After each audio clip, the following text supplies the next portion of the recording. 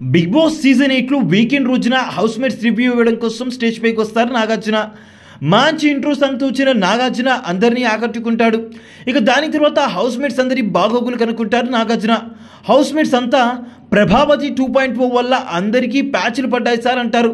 ఇక దానికి నాగార్జున మాట్లాడుతూ నేను మీకు ముందే చెప్పా ఏదైనా అన్లిమిటెడ్ అని అంటారు. ఇక దాని తర్వాత సీత అని పిలుస్తూ సారీ కిరాక్ సీత అని అంటారు నాగార్జున.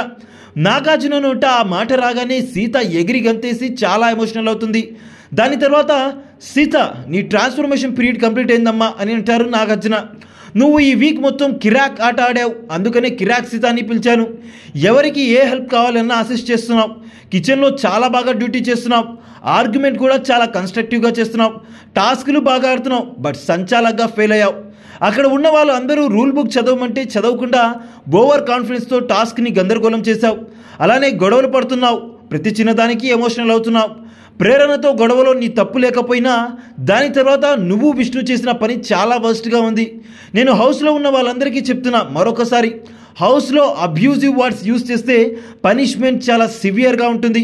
అసలు మీరు ఏం చేస్తున్నారు, మీకు సెన్స్ ఉందా? ఏందే రాక్షసి, క్యారెక్టర్లెస్ దానా, ఎఫ్ వర్డ్స్ యూజ్ చేయడం అన్నీ కూడా. ప్రేరణ నీ నోటికి కూడా తాళం వేయాలమ్మా. I can't expect this type of things from you people అని అంటారు నాగార్జున. కిరాక్ సీత ఇలానే చెప్పినవి తగ్గించుకుంటూ పొగిడినవి పెంచుకుంటూ నెక్స్ట్ వీక్ ఇంకా గ్రాఫ్ పెంచుకోవాలి.